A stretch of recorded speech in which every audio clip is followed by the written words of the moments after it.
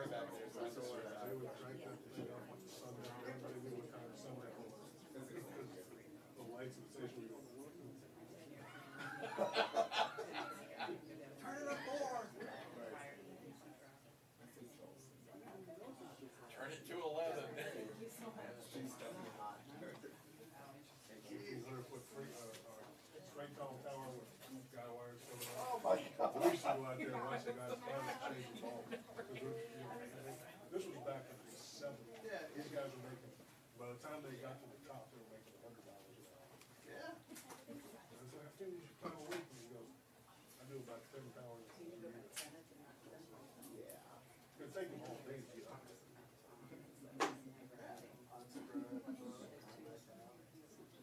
Pass that over, we'll get you places. You want line or mic level?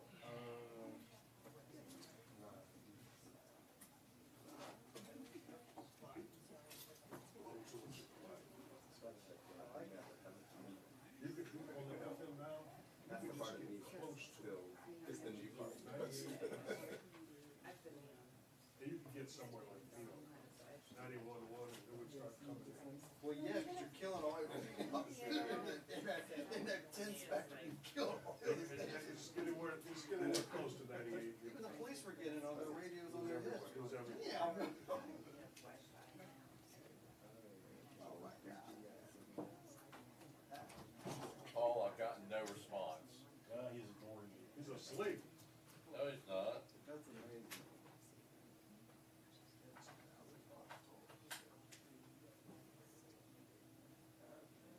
Let's stand in front of the transmitter. Oh, there's another one. That's why it was 19. That's right. There goes another one. Oh, my. Put a big plate underneath it so it wouldn't hit the guy who was looking underneath. Yeah. Oh, well. You know, this jetpack. You gonna be sitting here driving that one? Is it an automatic or a stick shift? No, neither do I. Got my Cool. that's 10 years old. Hi, sir.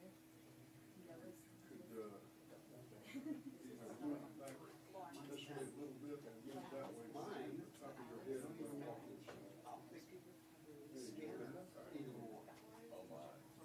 Sony decided not to, they got rid of their optical scan and only cards. Sorry. No, it's okay.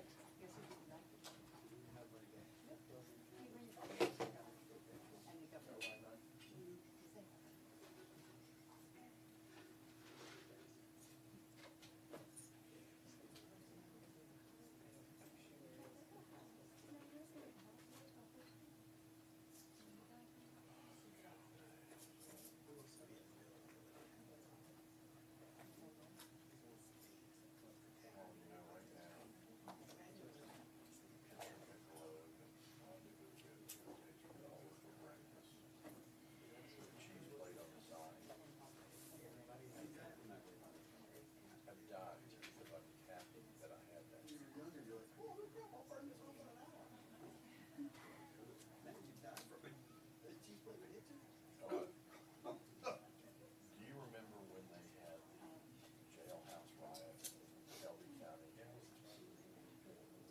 We went in with the sports director. Yeah. I was there covering something else. All right, good morning, everybody. This is your 2-minute warning. I will just run through who we'll have speaking this morning. So we will have FEMA Administrator Brock Long joining us this morning. From NOAA, our FEMA liaison, Ken Wadelski. From FEMA, Associate Administrator for Response and Recovery, Jeff Byard.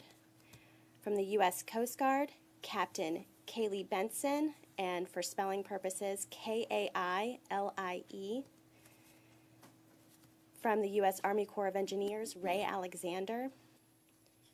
From the EPA, Reggie Cheatham.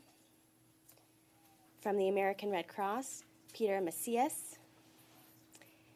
And our FEMA Spanish language spokesperson, Daniel Yargis. We will open with some remarks and then have time for Q&A. So we will start in hopefully about a minute now.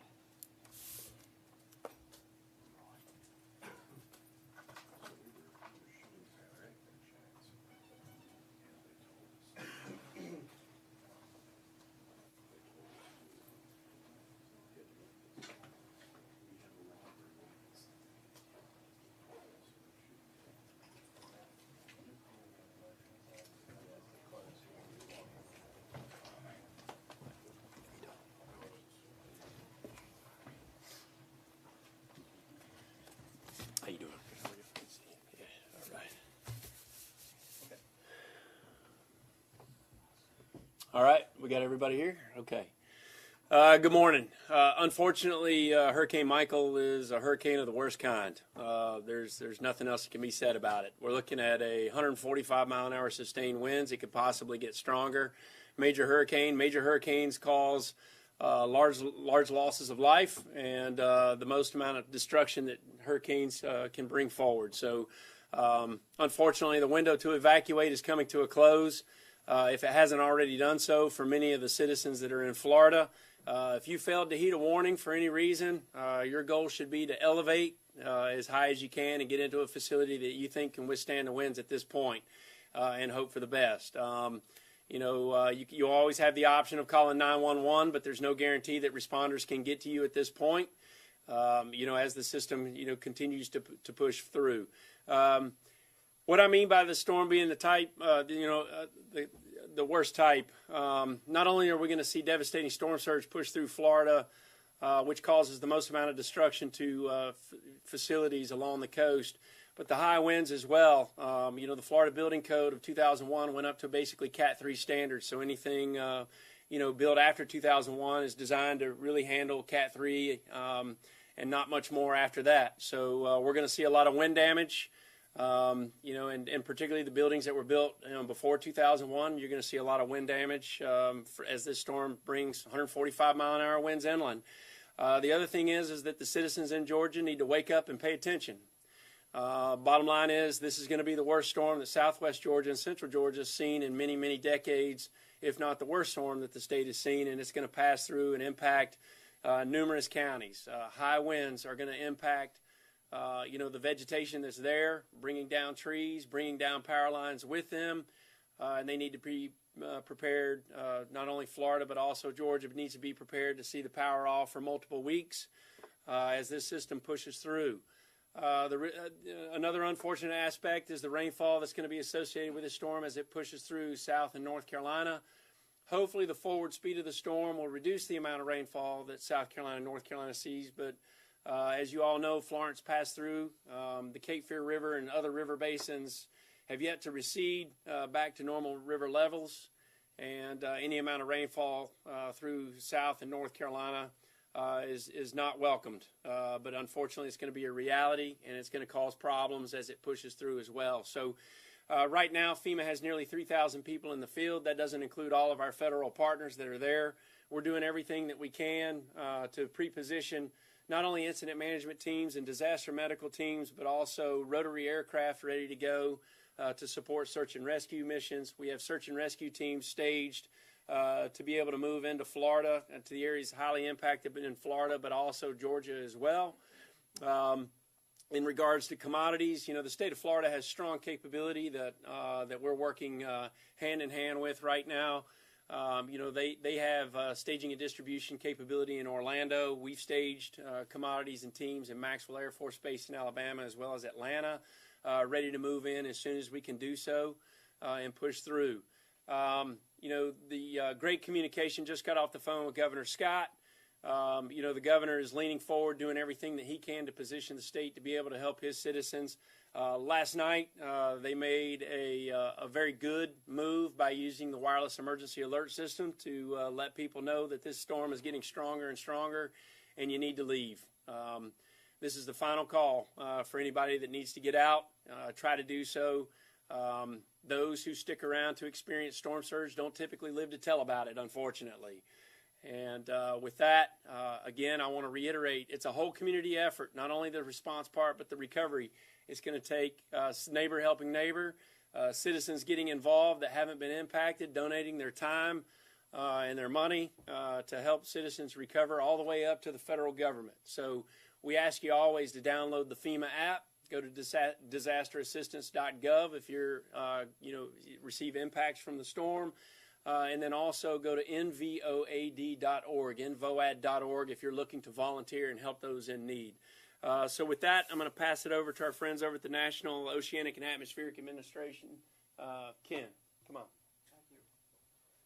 Okay, thank you very much, everyone. And Michael did strengthen overnight to Category 4, 145 mile-an-hour winds. It's important to not focus just on the core of the storm. This is a huge storm. We're looking at a 200-mile wind spread from the center. So tropical storm force winds will be pulling out into portions of Alabama, even into portions of central Florida. And this is going to be a devastating storm, possibly historical. We're looking at storm surge flooding of 9 to 14 feet, and that's going to impact the areas. Fortunately, though, high tide will be occurring late tonight, but water at that level will push a lot of inundation into the coastal communities in Florida. And then once the storm passes to the north, we're looking at hurricane-force winds getting up into portions of Georgia. There's likely going to be widespread power outages, downed trees, power lines, and structural damage, and the threat for tornadoes along the track of Michael. As we get into Thursday and into Friday, the heavy rain threat pushes into the Carolinas. We're looking at 9 rivers specifically that were impacted from Florence are likely to see additional flooding. Fortunately, this is not expected to stall. It will be moving quickly offshore, so any flooding that does occur should be short-lived. And then Michael will be pulling out to sea by this weekend. Thank you very much. All right, thank you, Ken. Next we have Captain Kaylee Benson with our partners over at the U.S. Coast Guard.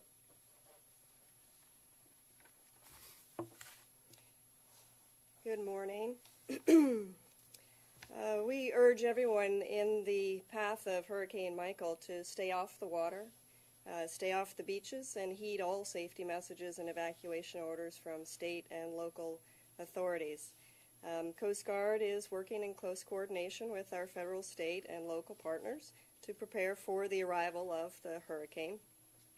And rest assured, captains of the port throughout all of the expected impacted areas and their teams have been working in close coordination with their respective maritime sectors in order to safely manage maritime operations and control the flow of cargo and supplies into each of the affected states in advance of the storm.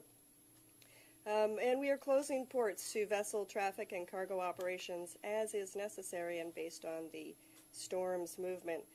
So as of this moment, Panama City, Pensacola, and Cedar Key are closed to commercial vessel traffic. Thank you. All right. Thanks, Captain. Next, Ray Alexander with the Army Corps of Engineers. Thank you, Administrator Long. Good morning. Ray Alexander, Army Corps. The Corps of Engineers is fully integrated with the federal response and our fellow federal partners and our state and local stakeholders as well. Currently, we're in support of 3 FEMA mission assignments valued at over $1.4 million and another over $140,000 of our own flood control authorities. Brigadier General Diana Holland, the Commanding General for our South Atlantic Division, headquartered in Atlanta. She has the lead for the fight. She'll be at FEMA Region 4 today. Our district headquarters in Wilmington, Jacksonville, Savannah, and Mobile have activated, and those district commanders are out and about pre-storm. We have key leaders, liaison officers, technical subject matter experts located at state emergency operations centers and other key local and critical nodes throughout the area. In terms of dam and levee safety, currently we're assessing potential impacts to the 29 flood risk projects we have in the projected path. Right now, our assessment of our reservoirs, we have sufficient capacity to receive the rainfall. We are reviewing the potential for releasing additional releases out of those reservoirs, so there's a potential that a deviation might be prudent. We have no significant impact projected to Lake Okeechobee in Florida. In terms of temporary power, we have received a FEMA mission assignment. Our temporary power planning response team and our supporting contractors are located at the state EOC in Tallahassee.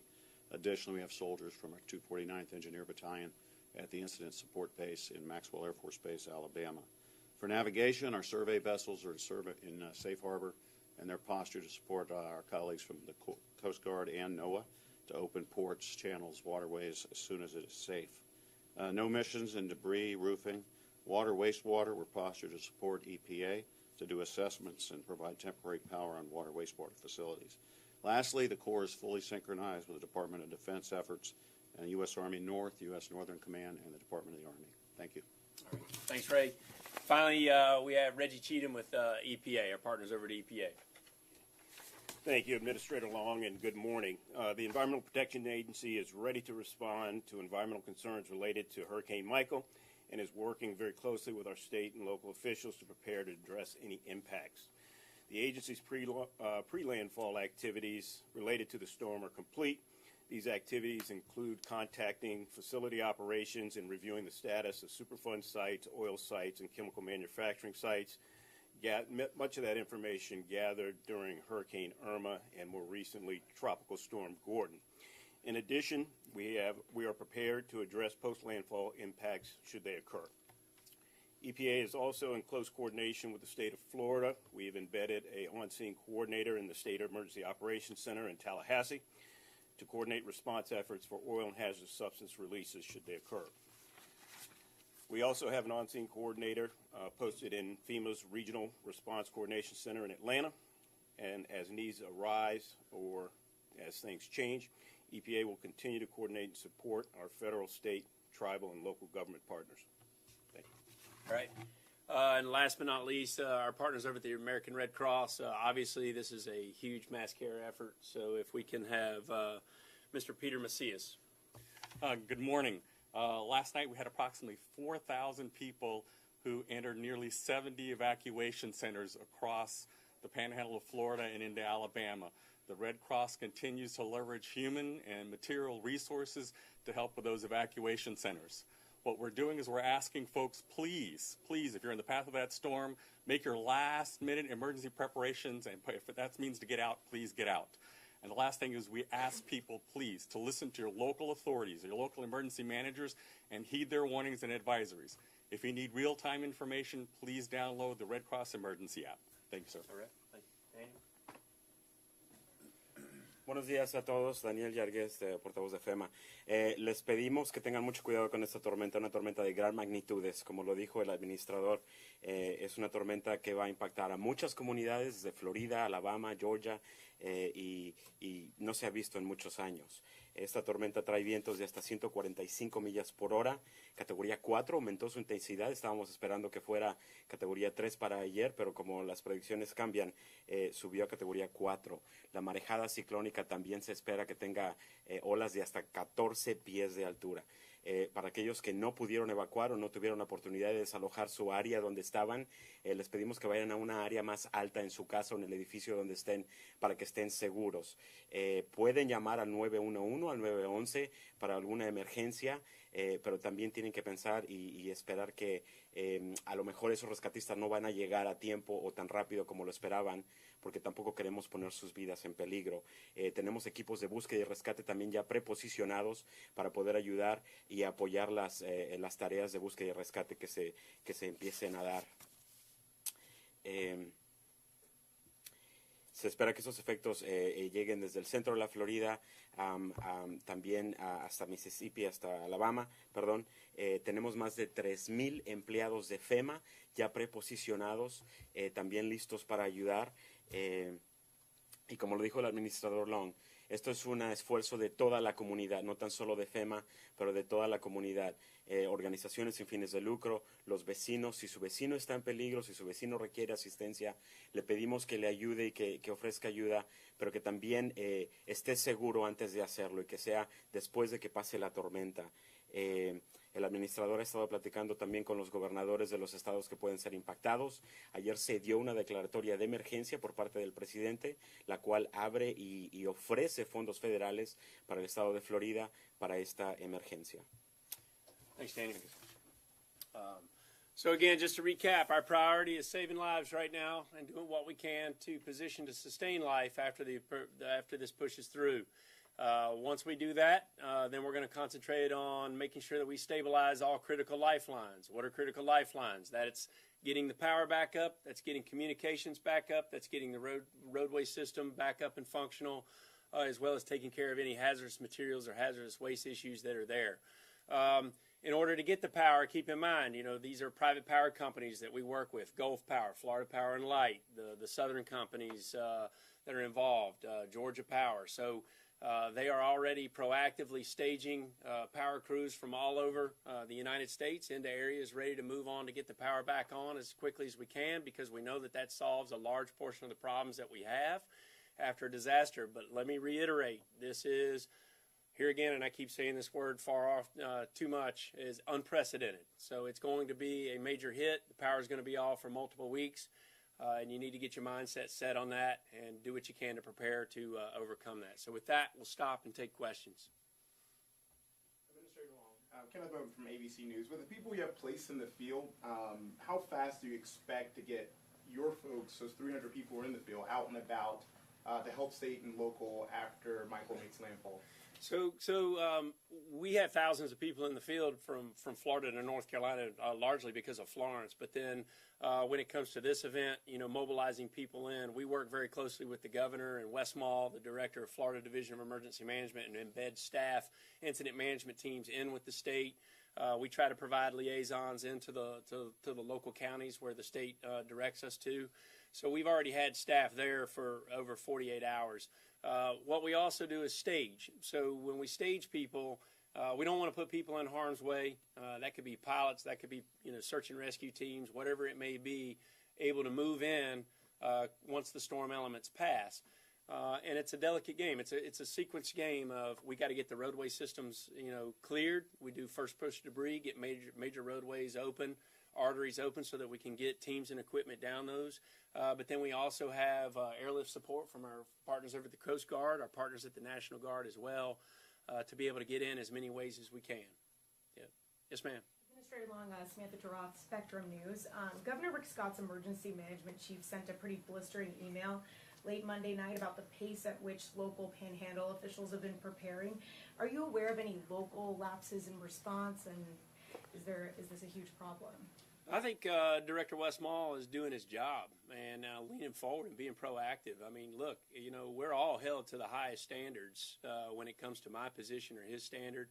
And if we see something where we don't see enough movement when people are not heeding warnings, then we got to pull out all stops and push forward. So I applaud Wes Mall as well as the governor for the proactive message. I mean, they're the ones out there telling people to take this seriously and move and get out of harm's way, because people are going to die as a result of not heeding the warnings. And it's unfortunate when people know better than the emergency managers that are out there. So, what they did yesterday or last night with the wireless emergency alert system that we just recently tested nationwide, over a week ago, I applaud them for it. Push forward. Make sure everybody we're doing everything we can to make sure that they're leaning forward and understanding what's coming. Yeah. Good morning, Greg Wallace from CNN. The storm intensified pretty quickly. Is FEMA ready for it? Yeah, I mean, we're as ready as we can be, and rapidly intensifying storms in the Gulf it's not a new phenomenon. We first started getting alerts on this from our partners at the National Weather Service on Saturday. My phone was lighting up on Saturday morning saying, hey, there's a disturbance that's down there. And our response guys know that anything in the Gulf this time of year, this is major hurricane season, the waters are warm, it can spring up and go from a simple disturbance to a major landfall hurricane. Hurricane Camille in 1969, which is one of only 3 Category 5 storms to ever make landfall since 1851, went basically from a named storm to a Cat 5 in less than 72 hours. So we use history, we use that to always plan at least 1 category higher, and in some cases 2, because we know that intensity forecasting in the Gulf is extremely difficult. The real problem is that citizens who are unfamiliar, and this hasn't happened in this part of the Florida Panhandle, they don't realize this, and it's a public education. It's hard for us to get our message out there on blue sky days when things aren't being blown up and your life isn't being threatened. But we continue to push forward on that and try to help people educate that living in the Gulf Coast can be very dangerous, and these things happen, and so that they have less time to prepare their house, their businesses, and also heed warnings. Yeah. ABC News. Just to follow up on that, this is less than a month out of Hurricane Florence, which was a worst-case scenario because it had stalled out over the Carolinas. Now this is has a wide span.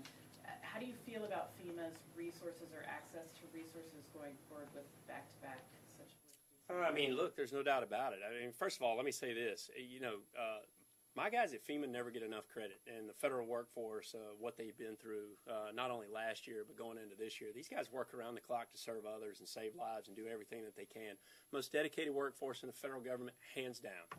And, they continue to push forward. They put their personal lives aside to serve others, and they're doing that right now, and they're going to push through. And I guess I could sit up here and complain about it, but it's not going to do us any good. And yeah, we do. One thing that would help is getting my deputy confirmed. It'd be nice to go through a hurricane season with a deputy director inside FEMA. Yeah. Any more questions? All right. Thanks, guys. Thank you.